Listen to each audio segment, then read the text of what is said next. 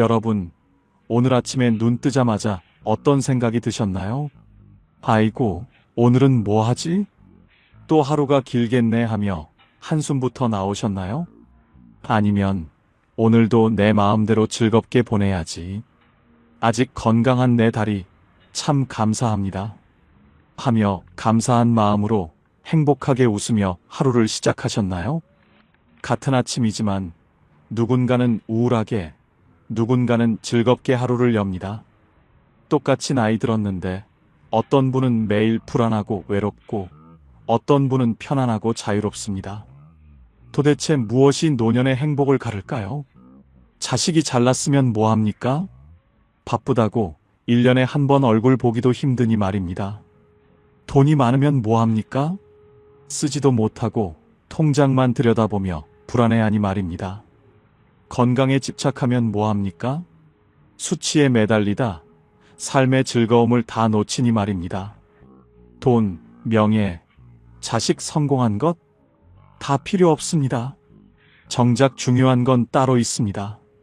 오늘 제가 드릴 말씀은 여러분이 70, 80이 되어도 당당하게 매일을 가볍게 인생 즐기고 행복하게 사는 진짜 비밀 20가지를 파헤쳐 보려고 합니다. 내 인생은 왜 이렇게 무겁고 답답할까? 왜 마음이 편하지 않을까? 고민하시는 분들은 오늘 이야기를 끝까지 들어보십시오. 이야기가 끝날 때쯤엔 여러분은 그 해답을 얻으시고 인생이 분명히 달라 보일 겁니다. 지금부터 시작하겠습니다. 첫 번째, 자식 인생에서 손을 떼는 게 노년 행복의 출발점입니다.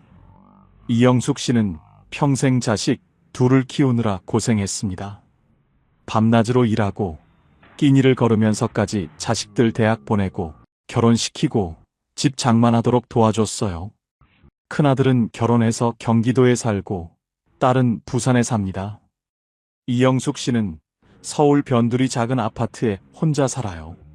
남편은 5년 전에 돌아가셨습니다. 이영숙 씨는 생각했습니다. 내가 이렇게까지 했으니까 애들이 나를 잘 챙겨주겠지. 그런데 현실은 달랐습니다. 자식들은 바빴어요. 아들은 회사 일하고 손주 둘 키우느라 정신없었고 딸은 시댁일 돌보느라 바빴습니다. 명절 때나 얼굴 볼까 말까 했고 전화도 이영숙 씨가 먼저 걸어야 받았어요. 어느 날 아들한테 전화했습니다. 아들아, 엄마 심심한데 주말에 올래? 엄마 미안해요. 이번 주말엔 애들 학원 보내야 돼서요. 다음에 갈게요. 이영숙 씨는 전화를 끊고 한숨을 쉬었습니다. 그래, 바쁘겠지. 딸한테도 전화했습니다. 딸아, 요즘 뭐해? 엄마 목소리 좀 듣고 싶어서. 엄마 지금 좀 바빠. 나중에 전화할게. 딸은 바쁘다는 말만 하고 전화를 끊었어요. 이영숙 씨는 서운했습니다. 내가 그렇게 고생해서 키웠는데 왜 이렇게 무심할까? 밤마다 울었어요. 자식들 원망하고 스스로를 자책하고 내가 뭘 잘못했나 하고 되뇌었습니다. 아침에 일어나면 제일 먼저 스마트폰을 확인했어요. 애들한테 연락 왔나? 없었습니다. 하루 종일 전화기를 보며 기다렸습니다. 저녁이 되면 또 확인했어요. 여전히 없었습니다. 나만 외로운가 봐. 밤에 잠들 때도 생각했습니다. 내일은 연락 올까? 이렇게 몇 년을 살았습니다. 그러던 어느 날 복지관에서 만난 상담사가 말했습니다. 어머니, 자식들 인생은 자식들 거예요. 어머니 인생도 어머니 거고요. 이제 손 떼셔야 합니다. 이영숙 씨는 깜짝 놀랐어요. 손을 떼라니, 그게 무슨 말이에요? 내 자식인데. 상담사가 조용히 말했습니다. 잘해주지 말라는 게 아니에요. 기대하지 말라는 겁니다. 자식들이 연락 안 해도 서운해하지 말고, 찾아오지 않아도 섭섭해하지 말고, 어머니는 어머니 인생을 사세요. 자식들은 바쁜 게 정상이에요. 애들 키우고 일하고 살림하느라 바빠요. 그게 당연한 겁니다. 어머니가 기대하면 어머니만 힘들어요. 이영숙 씨는 그날 밤 잠을 못 잤습니다. 상담사 말이 계속 맴돌았어요. 자식 인생은 자식들 거다. 내 인생은 내 거다. 다음 날 아침 이영숙 씨는 결심했습니다.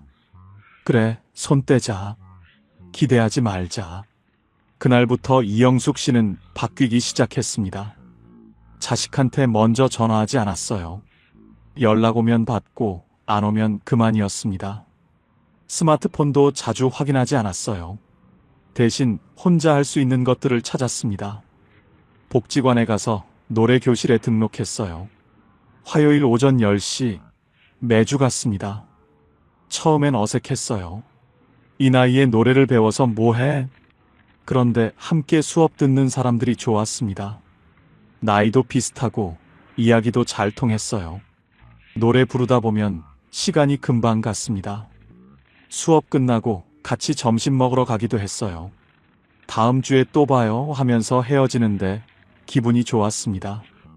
도서관에도 가기 시작했습니다. 목요일 오후 2시 매주 갔어요. 에세이집을 빌려서 읽었습니다. 하루에 10페이지씩만 읽었어요. 많이 읽으려고 하지 않았습니다. 조금씩 읽는 게 좋았어요. 동네 친구들과 산책도 했습니다. 매일 아침 7시 아파트 단지를 한 바퀴 돌았어요. 30분쯤 걸렸습니다. 함께 걷는 친구 셋이 생겼어요. 걸으면서 이야기하고 웃고 그러다 보면 기분이 좋아졌습니다. 6개월이 지났습니다. 이영숙 씨는 완전히 달라졌습니다. 더 이상 자식한테 매일 전화하지 않았어요. 일주일에 한 번, 아들한테 한 번, 딸한테 한 번, 그 정도면 충분했습니다. 자식들이 찾아오면 반갑게 맞았지만 안 와도 서운해하지 않았어요. 애들은 바쁘지 뭐. 나는 내 할 일 하면 되고. 표정이 밝아졌어요. 자식 이야기를 해도 더 이상 울지 않았습니다. 애들은 잘 살고 있어. 나도 잘 살고 있고. 기대를 내려놓으니까 자유로워졌습니다. 자식이 연락 안 해도 괜찮고 찾아오지 않아도 괜찮았어요. 오히려 자식들이 먼저 연락하기 시작했습니다. 이영숙 씨는 깨달았습니다. 자식한테 집착하면 나만 힘들구나. 손 떼고 내 인생 살면 오히려 관계가 좋아지네. 여러분, 자식은 자식 인생이 있습니다. 아무리 잘 키워도, 아무리 헌신해도 자식은 자기 삶을 삽니다. 그게 당연한 겁니다. 기대하지 마세요. 효도 기대하지 말고, 연락 기대하지 말고, 자주 찾아오길 바라지 마세요. 기대를 내려놓으면 자유로워집니다. 자식 인생에서 손을 떼는 게 노년 행복의 출발점입니다. 두 번째, 내가 결정할 수 있는 돈을 반드시 남겨두세요. 73세 박철수 씨는 자식들한테 재산을 다 물려줬습니다. 박철수 씨는 서울 강서구에 아파트 한 채를 가지고 있었어요. 시세로 5억쯤 됐습니다. 예금도 있었어요. 평생 모은 돈 1억 원쯤 됐습니다. 자식이 둘 있었어요. 아들하고 딸. 박철수 씨는 생각했습니다. 내가 죽으면 애들이 상속세 내느라 힘들겠지. 미리 물려주자. 세무사를 만나서 상담받았습니다. 지금 증여하시면 세금 적게 내실 수 있어요. 박철수 씨는 아파트를 아들한테 넘겼습니다. 예금은 반씩 나눠서 아들, 딸한테 줬어요. 자식들은 고마워했어요. 아버지 감사합니다. 정말 큰 도움이 돼요. 박철수 씨도 뿌듯했습니다. 이제 마음 편하게 살 수 있겠다. 애들한테 짐 안 되고. 그런데 문제가 생겼습니다. 아파트를 아들한테 넘겼으니까 이제 박철수 씨는 아들 집에서 사는 겁니다. 법적으로는 아들 집이에요. 박철수 씨는 그냥 살게 해주는 거예요. 처음엔 괜찮았습니다. 아들도 며느리도 잘해줬어요. 아버지 편하게 계세요. 그런데 시간이 지나면서 달라졌습니다. 며느리가 말했어요. 아버지, 거실에 물건 좀 치워주세요. 애들 놀 공간이 없어요. 박철수 씨는 물건을 치웠습니다. 또 며느리가 말했어요. 아버지, TV 소리 좀 줄여주세요. 애들 공부하는데 시끄러워요. 박철수 씨는 TV 소리를 줄였습니다. 또 며느리가 말했어요. 아버지, 아침에 일찍 일어나시는 건 좋은데 부엌에서 소리 좀 안 나게 해주세요. 저희는 아직 자거든요. 박철수 씨는 아침에 조심스럽게 움직였습니다. 점점 불편해졌습니다. 내 집 같지 않았어요. 눈치가 보였습니다. 여기는 이제 내 집이 아니구나. 아들 집이지. 아들도 달라졌습니다. 예전엔 아버지 이렇게 하세요 하고 조심스럽게 말했는데 이제는 아버지 그렇게 하지 마세요 하고 단정적으로 말했어요. 박철수 씨가 뭘 사려고 하면 아들이 말했습니다. 아버지, 그건 돈 낭비예요. 필요 없어요. 그래도 내가 쓰고 싶은데. 아버지, 지금 돈 없으시잖아요. 제가 드리는 용돈으로 아껴 쓰셔야죠. 박철수 씨는 말문이 막혔습니다. 맞는 말이었어요. 이제 박철수 씨 수중엔 돈이 별로 없었습니다. 자식들한테 다 줬으니까요. 아들이 매달 50만 원씩 용돈을 줬습니다. 그 돈으로 살았어요. 병원비, 약가, 교통비 다 그 돈에서 나갔습니다. 남는 게 별로 없었어요. 그 용돈을 받을 때마다 박철수 씨는 기가 죽었어요. 고맙다 하면서 받는데 고마움보다 미안함이 더 컸습니다. 내가 애한테 짐이 되는구나. 어느 날 친구를 만났습니다. 친구가 말했어요. 철수야, 우리 다음 주에 속초 여행 갈 건데 너도 갈래? 얼마나 들어? 1박 2일에 20만 원쯤? 박철수 씨는 머뭇거렸습니다. 나는 안 갈래. 왜? 같이 가자. 그냥 바빠서. 사실은 돈이 없어서였습니다. 20만 원이 아까웠어요. 아들한테 받은 용돈에서 20만 원을 쓰면 이번 달 생활이 빠듯했습니다. 친구는 갔고 박철수 씨는 집에 남았어요. 혼자 TV 보며 시간을 보냈습니다. 내가 왜 이렇게 됐나? 후회가 밀려왔습니다. 재산을 다 넘기지 말걸. 내 몫은 남겨뒀어야 했는데. 박철수 씨는 깨달았습니다. 돈이 있어야 자유롭구나. 내가 쓸 돈이 없으니까 아들 눈치를 보게 되고 하고 싶은 것도 못하고 이게 무슨 노년이야? 여러분, 자식한테 재산을 물려주는 건 좋은데 본인 몫은 반드시 남겨놔야 합니다. 죽는 날까지 본인이 쓸 돈은 본인이 직접 쥐고 있어야 해요. 그래야 자식들 앞에서도 당당하고 갑자기 목돈이 필요해도 누구한테 손 안 벌립니다. 큰 돈이 아니어도 됩니다. 통장에 몇백만 원만 있어도 마음이 다릅니다. 그게 바로 비밀 통장의 의미예요. 돈이 아니라 자존감의 안전망입니다. 내가 결정할 수 있는 돈, 내가 쓰고 싶을 때 쓸 수 있는 돈, 그게 있어야 노년이 존엄합니다. 세 번째, 건강 수치에 너무 집착하지 마세요. 70세 김정희 씨는 건강에 집착했습니다.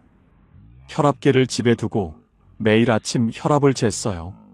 130이 넘으면 불안했습니다. 어제는 125였는데 오늘은 왜 130이야? 혈당도 매일 쟀어요. 혈당 측정기로 손가락을 찔러서 피를 짜내고 수치를 확인했습니다. 100이 넘으면 걱정했어요. 왜 이렇게 높아? 콜레스테롤도 신경 썼습니다. 석 달에 한 번씩 병원 가서 피 뽑아서 검사했어요. 수치가 조금만 높아지면 의사한테 물었습니다. 선생님, 이거 괜찮은 거예요? 네, 괜찮아요.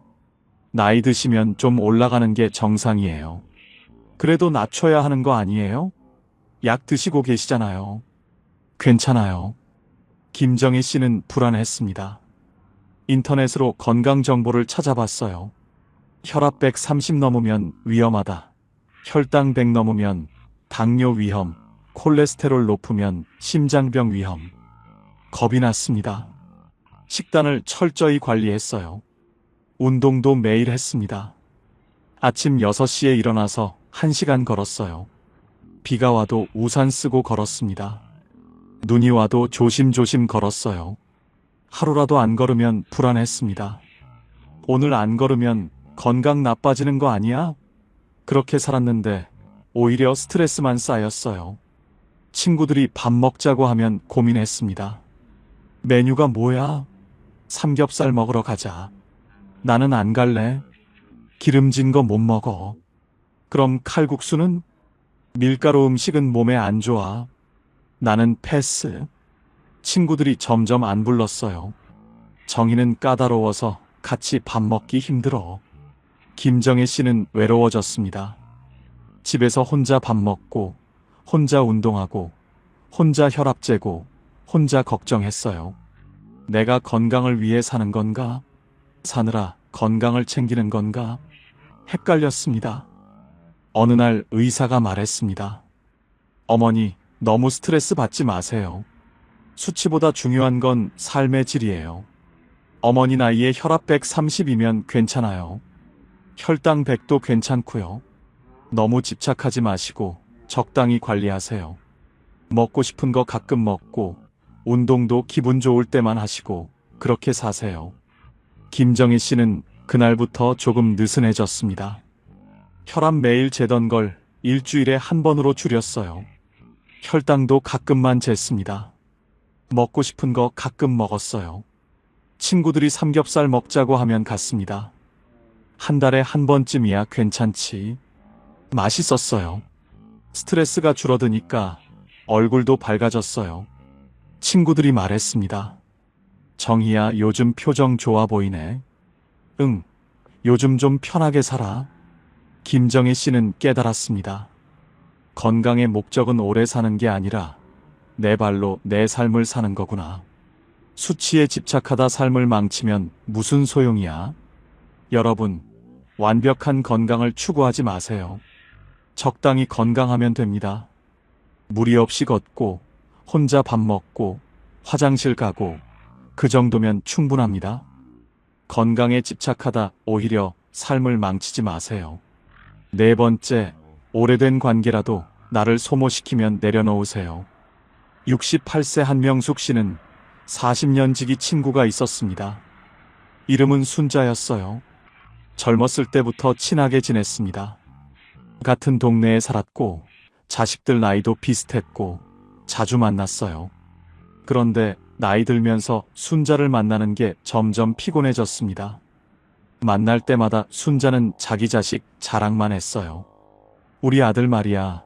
요즘 회사에서 승진했어. 이제 부장이야. 연봉도 엄청 올랐대. 그래, 잘 됐네. 우리 딸은 시집을 정말 잘 갔어. 사위가 의사거든. 강남에 병원 하나 있어. 돈 잘 벌어. 한명숙 씨는 그 이야기를 들으면서 비교당하는 기분이 들었습니다. 한명숙 씨 자식들은 평범했거든요. 아들은 중소기업 다니고 딸은 평범한 회사원이에요. 돈 많이 버는 것도 아니고 그냥 평범하게 삽니다. 순자 이야기를 들으면 한명숙 씨는 초라해졌어요. 나는 왜 이럴까? 내 자식들은 왜 이렇게 평범할까? 그리고 순자는 늘 부정적인 이야기만 했어요. 요새 세상 정말 살기 힘들어. 물가는 오르고 연금은 적고 애들은 바쁘고 그래도 살아야지 뭐. 나 요즘 이것저것 다 아파서 죽을 것 같아. 무릎도 아프고 허리도 아프고 눈도 침침하고. 병원 가봤어? 갔지. 근데 의사가 나이 들면 다 그렇대. 약 먹으래. 약만 먹으면 뭐해? 안 나아지는데. 만나고 나면 한명숙 씨는 기운이 빠졌습니다. 집에 와서 한숨만 나왔어요. 왜 이렇게 피곤하지? 순자 이야기를 들으면서 한명숙 씨도 우울해졌습니다. 맞아. 요즘 세상 힘들어. 나도 아픈 데 많아.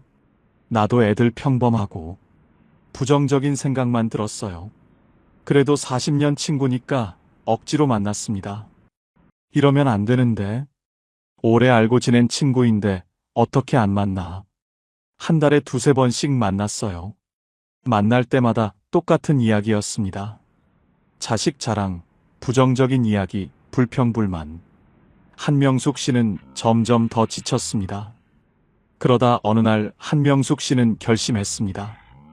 이제 그만 만나자. 40년 친구라도 나를 힘들게 하면 안 돼. 내가 왜 이렇게까지 참아야 해? 조용히 연락을 줄였습니다. 순자가 전화하면 요즘 좀 바빠서 하고 피했어요. 처음엔 미안했습니다. 40년 친구인데 이러면 안 되는데.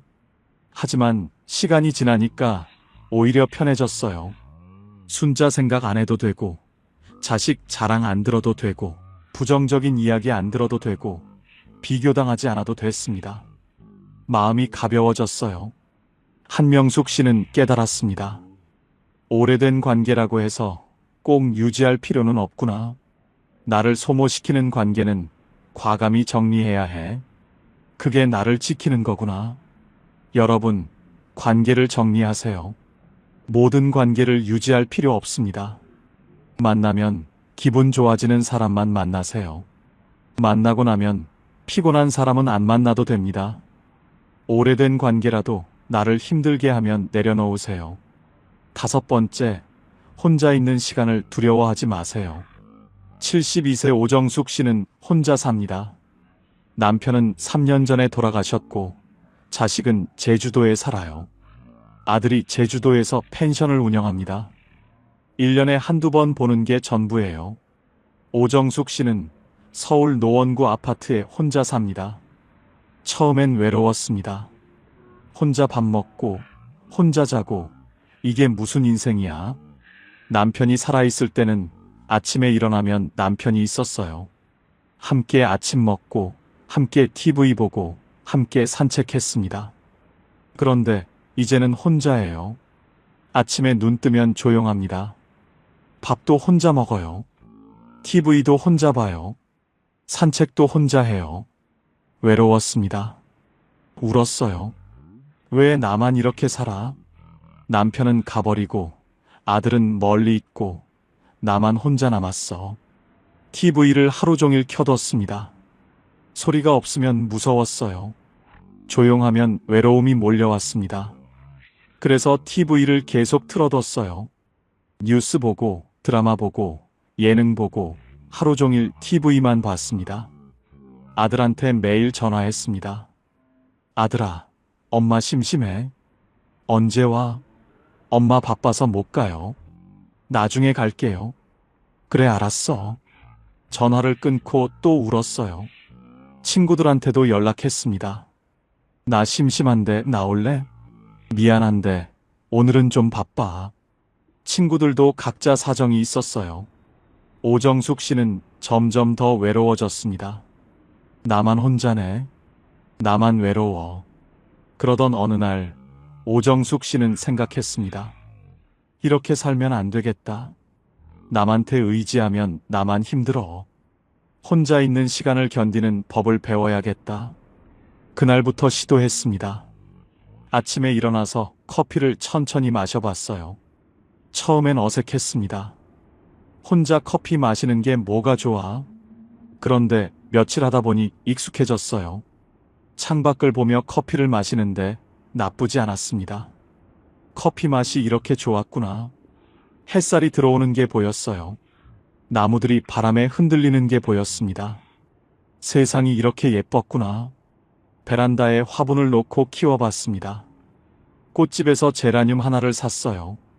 베란다에 두고 매일 아침 물을 주었습니다. 처음엔 시들었어요. 물을 너무 많이 줬거든요. 다시 샀습니다. 이번엔 물을 조금만 줬어요. 잘 자랐습니다. 꽃이 피었어요. 내가 키웠어. 뿌듯했습니다. 매일 아침 화분을 보는 게 즐거웠어요. 오늘은 어떻게 자랐나? 도서관에 가봤습니다. 집에서 10분 거리에 도서관이 있었어요. 가봤습니다. 책이 많았어요. 처음엔 뭘 읽을지 몰랐습니다. 이것저것 펼쳐봤어요. 에세이가 읽기 편했습니다. 빌려왔어요. 집에서 읽었습니다. 하루에 10페이지씩만 읽었어요. 많이 읽으려고 하지 않았습니다. 조금씩 읽는 게 좋았어요. 재미있네. 다음 날도 10페이지를 읽었습니다. 일주일이 지나니 70페이지를 읽었어요. 한 달이 지나니 책 3권을 읽었습니다. 나도 할 수 있네. 6개월이 지났습니다. 오정숙 씨는 완전히 달라졌습니다. 더 이상 자식한테 매일 전화하지 않았어요. 일주일에 한 번이면 충분했습니다. 친구들한테도 먼저 연락하지 않았어요. 만나고 싶을 때만 만났습니다. TV도 하루 종일 켜두지 않았어요. 보고 싶을 때만 켰습니다. 대신 혼자 있는 시간이 많아졌어요. 커피 마시는 시간, 화분 보는 시간, 책 읽는 시간, 산책하는 시간. 혼자 있는 시간이었지만 외롭지 않았습니다. 오히려 편안했어요. 왜냐하면 이 시간은 온전히 오정숙 씨의 것이었거든요. 아무도 방해하지 않고, 아무도 요구하지 않고, 오정숙 씨가 원하는 대로 보낼 수 있는 시간. 이게 자유였습니다. 혼자 있는 시간을 두려워하지 마세요. 그 시간은 외로움이 아니라 자유입니다. 6번째, 새로운 친구를 사귀세요. 70세 김순자 씨는 복지관에서 만난 새 친구들과 어울립니다. 나이도 비슷하고, 요즘 하는 일도 비슷하고, 이야기가 잘 통해요. 과거 이야기 안 해도 되고, 자식 자랑 안 해도 되고, 그냥 오늘 있었던 일, 오늘 본 드라마, 오늘 먹은 밥 이야기만 해도 즐겁습니다. 김순자 씨는 말합니다. 옛날 친구들도 좋지만 새 친구들이 더 편해. 과거에 얽매이지 않으니까. 새로운 친구를 사귀세요. 지금 만나서 기분 좋아지는 사람, 지금 함께 웃을 수 있는 사람. 그런 친구가 진짜 친구입니다. 7번째, 용서하세요. 76세 장영희 씨는 평생 남편을 원망하며 살았습니다. 남편이 젊었을 때 바람을 피웠거든요. 장영희 씨는 그 상처를 평생 붙잡고 살았어요. 내가 그렇게 고생해서 집안 꾸렸는데 왜 그랬어 하면서 남편을 원망했습니다.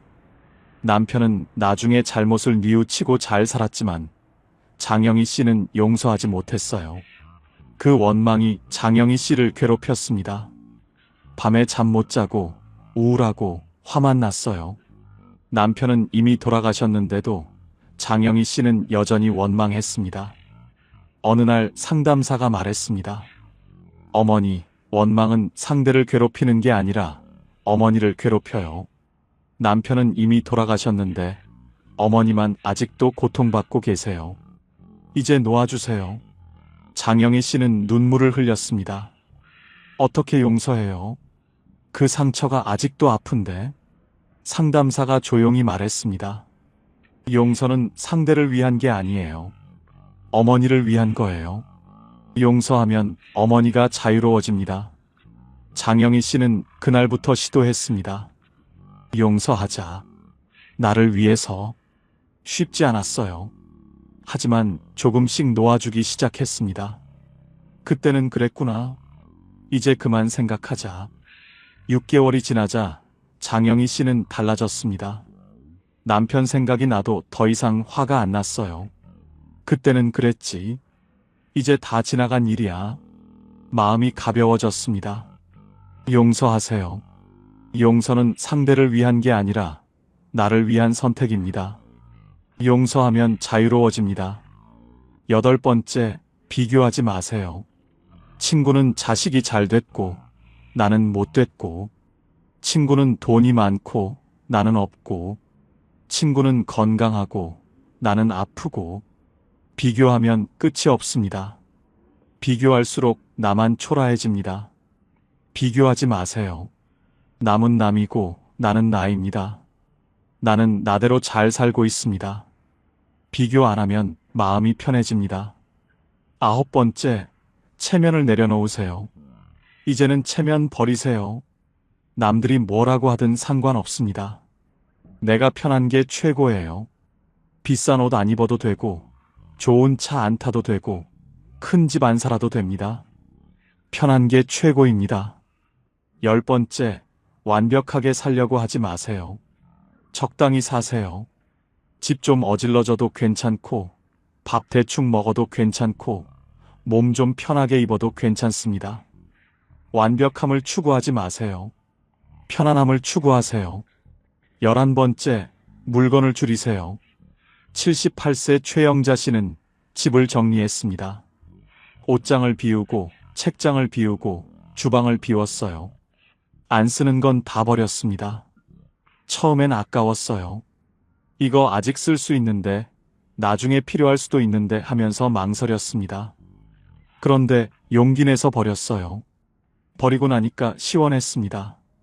집이 넓어 보이고 마음도 가벼워졌어요. 최영자 씨는 말했습니다. 진작 버릴 걸 그랬어. 물건이 줄어드니까 마음도 편해지네. 물건을 줄이세요. 마음이 가벼워집니다. 12번째, 작은 목표를 세우세요. 너무 큰 목표를 세우지 마세요. 작은 목표면 충분합니다. 오늘 산책 10분 하기, 오늘 책 10페이지 읽기, 오늘 친구한테 전화하기. 이런 작은 목표를 세우고 실천하세요. 하루하루 실천하다 보면 한 달이 되고, 한 달이 쌓이면 1년이 되고, 1년이 쌓이면 인생이 바뀝니다. 작은 목표의 힘은 큽니다. 13번째, 감사하는 습관을 들이세요. 감사는 저절로 생기지 않습니다. 의식적으로 연습해야 합니다.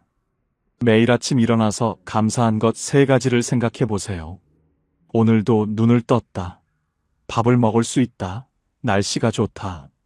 뭐든 좋습니다. 감사를 훈련하면 마음이 밝아집니다. 감사하는 습관이 삶을 바꿉니다. 14번째, 외모 관리를 하세요. 외모 관리가 젊어 보이기 위한 게 아니라 나를 포기하지 않았다는 신호입니다. 머리 빗고 옷 깨끗하게 입고 세수하고 이 정도면 충분합니다. 거울 보면서 오늘도 괜찮네 하고 웃으세요. 외모 관리는 자존감입니다. 15번째, 아무 일 없는 하루를 소중히 여기세요. 큰 이벤트를 기다리지 마세요. 평범한 날을 소중히 여기세요. 아침에 눈 뜨고 밥 먹고 산책하고 저녁 먹고 자는 평범한 하루. 그 하루가 소중합니다. 아무 일 없는 하루가 사실은 가장 큰 축복입니다. 16번째, 과거를 내려놓으세요. 과거의 영광도, 과거의 상처도, 과거의 후회도 다 내려놓으세요. 과거는 바꿀 수 없습니다. 지금이 중요합니다. 과거는 좋은 추억으로 남겨두고 지금을 사세요. 17번째, 돈을 누리는 삶으로 전환하세요. 이제는 누릴 때입니다. 먹고 싶은 거 먹고, 가고 싶은 데 가고, 하고 싶은 거 하세요. 돈 아끼느라 삶까지 아끼지 마세요. 18번째, 혼자 즐길 수 있는 취미를 찾으세요. 책 읽기, 그림 그리기, 산책하기, 화분 키우기, 뭐든 좋습니다. 혼자 할 수 있는 걸 찾으세요. 그게 있으면 혼자 있어도 외롭지 않습니다. 19번째, 죽음을 준비하세요. 죽음을 부정하지 말고 받아들이세요. 죽음은 누구에게나 옵니다. 받아들이면 오히려 마음이 편해집니다. 유언장 쓰고 정리하고 마음의 준비를 하세요. 죽음을 준비하는 사람이 오늘을 더 잘 삽니다. 20번째, 오늘을 소중히 여기세요. 내일이 있을지 없을지 모릅니다. 오늘 하고 싶은 것 하고, 오늘 만나고 싶은 사람 만나고, 오늘 먹고 싶은 건 먹으세요. 내일로 미루지 마세요. 오늘이 마지막 일 수도 있습니다. 여러분, 노년의 행복은 새로 얻는 것이 아니라 불필요한 것을 내려놓는 데서 시작됩니다. 자식에 대한 기대, 돈에 대한 집착, 건강에 대한 강박, 체면과 완벽주의, 비교, 과거, 원망, 물건, 부담스러운 관계. 이런 것들을 하나씩 내려놓으세요. 내려놓을수록 가벼워집니다.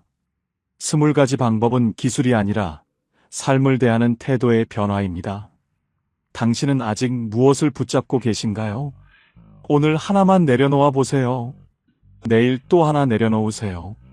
그렇게 하나씩 내려놓다 보면 어느새 홀가분해진 자신을 발견하게 될 겁니다. 늙는다는 건 비워지는 게 아니라 이제야 나에게 맞는 삶으로 돌아오는 일입니다. 여러분의 남은 인생이 가볍고 평온하기를 진심으로 바랍니다. 지금까지 황금 노후였습니다. 감사합니다.